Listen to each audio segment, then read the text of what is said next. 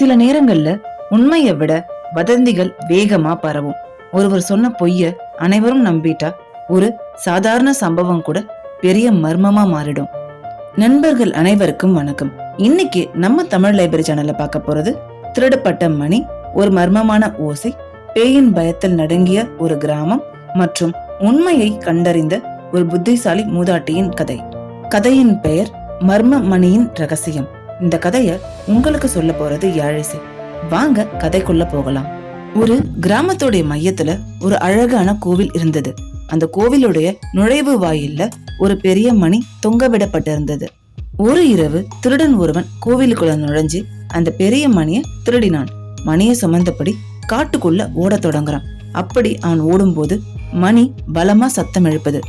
அந்த சத்தம் கேட்டு காட்டுக்குள்ள இருந்த புலி அவனை பின்தொடருது. களைத்து போன அவனை புலி பாய்ந்து கொன்னுடுது. மணி அவன் கையில இருந்து கீழே விழுந்துடுது. மறுநாள் காலை அந்த வழியா ஒரு குரங்கு கூட்டம் வந்தது. தரையில கிடந்த மணியை பார்த்து குரங்குகள் அதை எடுத்து விளையாட ஆரம்பிச்சதுங்க. மணியுடைய ஒலி அதுங்களுக்கு ரொம்ப பிடிச்சு படுது. அதனால ஒவ்வொரு இரவும் குரங்குகள் மணியை அடிக்க தொடங்குதுங்க. மர்மமான மணி ஓசை காடு முழுவதும் எதிரொலிக்குது. இந்த சத்தத்தை கிட்ட கிராமத்து மக்கள் பயந்து போறாங்க.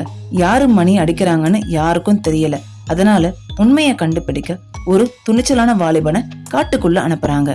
அங்க போய் ஒரு மனித எலும்பு கூட பார்த்துட்டு பயத்துல நடுங்கி திரும்பி வந்த வாலிபன் கிராமத்து மக்கள் கிட்ட அங்க ஒரு பேய் இருக்கு, அதுதான் மக்களை கொன்னு இரவுல மணி அடிக்குதுன்னு சொல்லிடுறான். அவனுடைய வார்த்தைகளை எல்லாரும் நம்புறாங்க.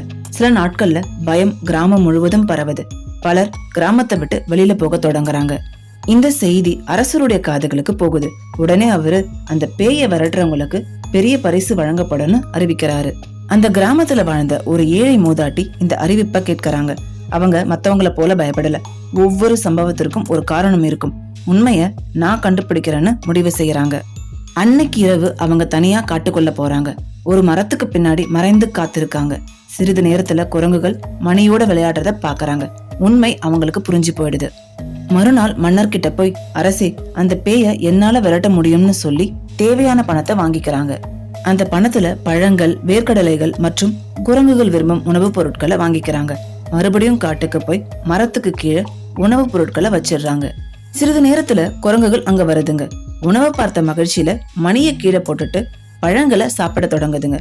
அந்த சந்தர்ப்பத்தை பயன்படுத்திக்கிட்டு மூதாட்டி மணி எடுத்துட்டு அங்கிருந்து வெளியேறாங்க. நேரா மன்னருடைய அரண்மனைக்கு போய் மணியை ஒப்படைக்கிறாங்க. அதை பார்த்து அரசர் ஆச்சரியம் அடைகிறாரு. அது கோவில்ல இருந்து திருடப்பட்ட அதே மணி. அவருக்கு ரொம்பவும் சந்தோஷமாயிடுது. உண்மையை தெரிஞ்சுக்கிட்ட கிராமத்து மக்களும் அதன் பிறகு பயத்தை விட்டுட்டு நிம்மதியா வாழ தொடங்குறாங்க. பயம் பல நேரங்கள்ல உண்மையால அல்ல, அறியாமையால உருவாக்கப்படுது. வதந்திகளை நம்புறதுக்கு முன்னாடி உண்மையை ஆராய வேண்டும். துணிச்சலும் புத்தி கூர்மையும் இருந்தால் எந்த மர்மத்தையும் தீர்க்க முடியும். இந்த வீடியோ உங்களுக்கு பிடிச்சிருக்குன்னு நினைக்கிறேன். பிடிச்சிருந்தா மறக்காம லைக் பண்ணுங்க, ஷேர் பண்ணுங்க. முக்கியமா தமிழ் லைப்ரரி சேனலை சப்ஸ்கிரைப் பண்ணிடுங்க. மீண்டும் அடுத்த ஒரு வீடியோல உங்களை சந்திக்கும் வரை உங்களிடமிருந்து விடைபெறும் நான் யாழிசை.